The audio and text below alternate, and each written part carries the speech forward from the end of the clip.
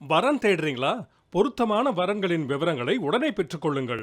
கால் கல்யாண மாலை 9840891300 அல்லது 9840891500. வாழ போகிறது எக்ஸாக்டாக ஃப்ரேமில் இருக்குது அந்த லைஃப். எது 1லேருந்து 50, 1லேருந்து 70, 1லேருந்து 90 வரைக்குமா, இவ்வளோதான். அந்த இடத்துல மாப்பிள்ளையாக இருந்தால் எனக்கு ஒரு அப்பா மாதிரி நீ என்ன செய்யணும், உன்னால் என்ன பண்ண முடியுங்கிற வரைக்கும் பண்ணு, உனக்கு என்னென்ன நான் பண்ணோங்கிறத பற்றி நான் உன்கிட்ட கேட்டு தெரிஞ்சுக்கிறேன்னு சொல்லக்கூடிய மனுஷனாக இருந்தால்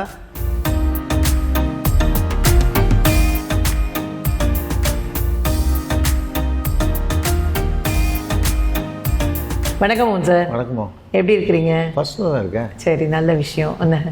இது மாதிரி கேட்டால் தான் எனக்கு அடுத்த வார்த்தை வரும்னு வச்சுக்கோங்க. நம்ம ஜெனரேஷன்லலாம் மோன் சார், அஃப்கோர்ஸ் நம்ம ஒன்றும் டோனேஜ் கிடையாது, அதோட இல்லை, நான் உங்களை தனியாக சொல்லலையே, நீ சேர்த்ததே சொல்கிறேன். நம்ம ஜெனரேஷன்லலாம் பேரண்ட்ஸ் குழந்தைகள் மேலேயும் சரி, குழந்தைங்க பேரண்ட்ஸ் மேலேயும் வைக்கிற அன்புங்கிறது ரொம்ப பரஸ்பரமாக இருக்கும். ஏதோ ஒன்று ரெண்டு எக்ஸப்ஷனல் கேசஸ் இருக்கும், ஆனால் ரொம்ப பரஸ்பரமாக இருக்கும். அதில் அந்த சுயநலம்ங்கிற பேச்சுக்கே இடம் இருக்காது இல்லை. ஆனால் இந்த காலத்தில் கொஞ்சம் கொஞ்சம் பெற்றோர்களும் சரி பிள்ளைகளுமே சரி கொஞ்சம் சுயநலமாக இருக்காங்க மோன் சார். அதாவது அப்பா அம்மாவுக்கு வர பணம் இல்லை அவங்களோட சொத்து இல்லை அவங்களுக்கு பென்ஷன் வருது. இப்போ ஒரு நடுத்தர குடும்பமாக இருந்தால் அவங்களுக்கு பென்ஷன் வருது அப்படின்னா அதையே குறி வச்சு அதை டார்கெட் பண்ணியே காய நகர்த்துறாங்களே. இதை நீங்கள் எப்படி பார்க்குறீங்க?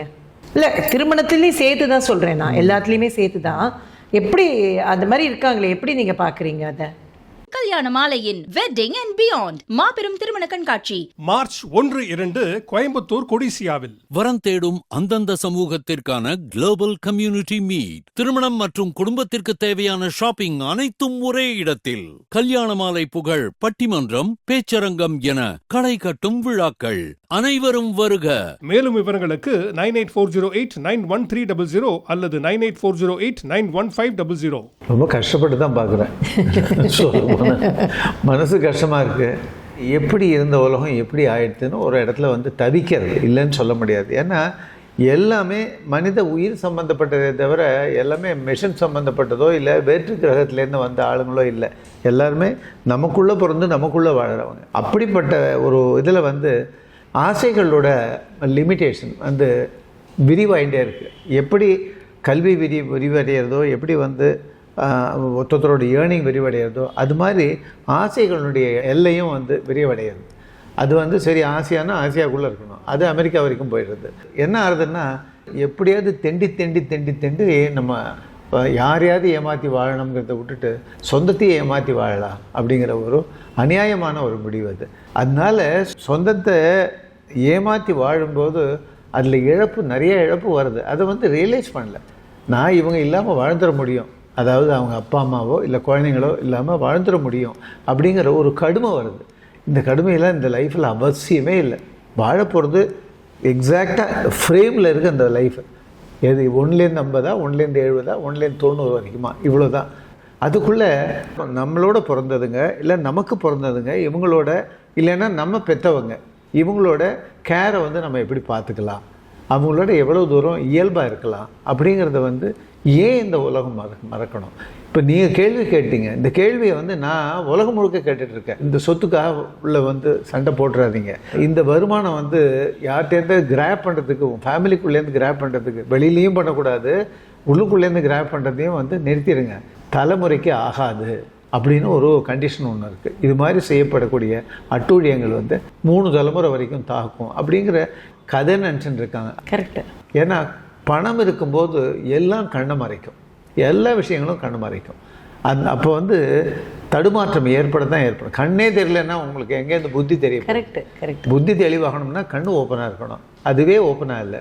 அப்படி இருந்தாலும் புத்தி டெஃபினட்டாக தடுமாறும் போது இதை சொல்கிறதுக்கு கணவன் அல்லது மனைவி அல்லது குழந்தைங்க இவங்க யார்கிட்டாவது ஒருத்தர் பொறுப்பு இருக்கணும்.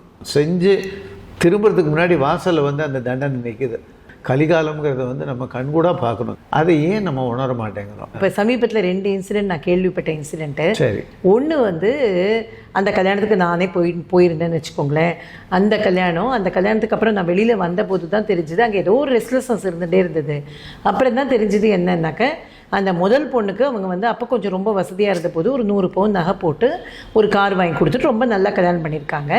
அப்பா கொஞ்சம் ரிட்டையர்மெண்ட் ஆகிடுது. அப்போ வந்து பொசிஷனில் இருந்தார் அவர், பெரிய கவர்மெண்ட் பொசிஷனில். அதனால் அவருக்கு வந்து அப்போ எதுவுமே கவலை இல்லை. 100 பவுன் போட்டால் அதுக்கு அந்த இது வந்து திரும்பி வந்துருங்கிற அளவில் அவருக்கு வந்து வசதி வாய்ப்பு இருந்தது. அதனால் அவர் வந்து அவ்வளோ நல்லா பண்ணாங்க. அடுத்த இதில் வந்து அந்த பொண்ணுகள் படிச்சுட்டு வரும்பொழுது அந்த பொண்ணுக்கு 22 வயசில் கல்யாணம் பண்ணா. இந்த பொண்ணுக்கு 4 வயசு தான் டிஃபரன்ஸ்னா கூட இந்த பொண்ணு 30 வயசில் கல்யாணம் பண்ணிக்கும் போது என்ன ஆயிடுச்சுன்னா ஒரு 10 வருஷ கேப் ஆகிடுறது. இந்த 10 வருஷத்தில் அவருடைய வாழ்க்கையே மாறி போயிடுது. அந்த மாறி போன போது அவரால் அந்த முதல் பொண்ணுக்கு செஞ்ச அளவில் இந்த பொண்ணுக்கு செய்ய முடியல. அப்போ வந்த அளவில் க்ரௌட் வரல, அப்போ வந்த அளவில் எல்லா விஷயங்களும் அவளால் பண்ண முடியல, ஒரு கிராண்ட் வெட்டிங் பண்ண முடியல. அப்படின்னா இந்த பொண்ணு வந்து அவள் வரப்போகிற புருஷன்ட்டே சொல்லிருக்கா, என்னெல்லாம் வேணுமோ இப்போ நீ கேட்டு வாங்கிடு, அப்புறம் தான் எதுவுமே நமக்கு நடக்காது. அதனால் நீ இப்பயே கேட்டு நீ என்னெல்லாம் வேணுமோ அதெல்லாம் இப்பயே வாங்கிடு. அதை பற்றி பேசினாங்க எல்லாரும் வெளியில் வந்து. அது ஒரு விதத்தில் வந்து நமக்கு ரொம்ப கஷ்டமாக இருந்தது. அந்த இடத்துல மாப்பிள்ளையாக இருந்தால் என்ன செய்யணும், உன்னால் என்ன பண்ண முடியுங்கிற வரைக்கும் பண்ணு, எனக்கு ஒரு அப்பா மாதிரி நீ, உனக்கு என்னென்ன நான் பண்ணோங்கிறத பற்றி நான் உன்கிட்ட கேட்டு தெரிஞ்சுக்கிறேன்னு சொல்லக்கூடிய மனுஷனாக இருந்தால் அதுதான் சரியான விஷயம். அப்படி நடக்குமான்னு கேட்குறேன். அதெல்லாம் எப்படி, அதாவது ஐடியாலஜி இஸ் வெரி குட். பெத்த பொண்ணே இப்படி கேட்கும்போது வரப்போகிற ஒரு இன்னொரு 50 பவுன் நகை வருது, இன்றைக்கி இதுக்கு பார்த்தா 50 லட்ச ரூபாய் வேல்யூ அப்படின்னா அந்த பையனுக்கு வந்து அது அப்படி லட்டு மாதிரி வெறும்னு வரப்போகிறது. இந்த பொண்ணு அப்பா அம்மா தன்னை வளர்க்குறதுக்கு எவ்வளோ கஷ்டப்பட்டா, அப்பா அம்மாவோட அன்பு என்ன அப்படின்னு தெரிஞ்ச பொண்ணே இப்படி கேட்கும்பொழுது திடீர்னு வர பையன் வந்து லட்டு மாதிரி வரப்போகிற பணத்தை வேண்டான்னு கேட்குற அளவு வாய்ப்பு இல்லை. இது ஒன்று. ரெண்டாவது வந்து இவங்க வந்து 4 பேர் சேர்ந்த குடும்பம். அந்த குடும்பத்தில் வந்து 2 பொண்ணு 2 பையன். அப்பா அம்மா வந்து சொத்து பிரிக்கும் பொழுது என்னமோ ஒரு இது பண்ணி பொண்களுக்கு கம்மியாக கொடுத்து பையன்கள் வந்து அப்படியே எடுத்துட்டாங்க அந்த பணத்தை. அதை வந்து பெண்களால் வந்து அதை பெருசாக டிமாண்ட் பண்ணி கேட்கறதுக்கு எல்லாமும் முடியல. மொத்தமாக ஒன்றும் பெரிய வேல்யூல ஒரு 10 கோடி ரூபாய் இருக்கட்டும்னு வச்சுக்கோங்களேன். 10 கோடி ரூபா பெரிய வேல்யூ இல்லை மோகன் சார், இன்னைக்கு ஒரு வீடு இருந்து விற்றா 10 கோடி ரூபாய் வருது இல்லை, அந்த மாதிரி ரியல் எஸ்டேட் வேல்யூ அவ்வளோ பெருசாகிடுது. ஸோ அந்த 10 கோடி ரூபாய் வருது அப்படின்னா சரி, எல்லா பொண்களுக்கும் ஆளுக்கு 2 கோடி ரூபாய் 2 கோடி ரூபாய் வந்தால் அவங்க லைஃப் செட்டில் ஆகும். இதெல்லாம் நடுத்தர குடும்பமாக இருக்கிறவங்களுக்கு அந்த 2 கோடிங்கிறதுலாம் பெரிய பணம் இல்லை. அந்த மாதிரியான ஒரு தாட் ப்ராசஸை இன்றைக்கி வந்து நீங்கள் சொன்ன மாதிரி ஒன்று கூட பிறந்தவங்க இல்லைன்னா தன்னை பெற்றவங்க இந்த மாதிரி இருக்கிறவங்கள்ட்டையும் இப்படி இருக்க முடியும் அப்படிங்கிறது வந்து என்ன விதத்தில் நியாயம் அப்படிங்கிறது தான் புரியவே இல்லை. எந்த விதத்தில் இது நியாயம் இல்லை.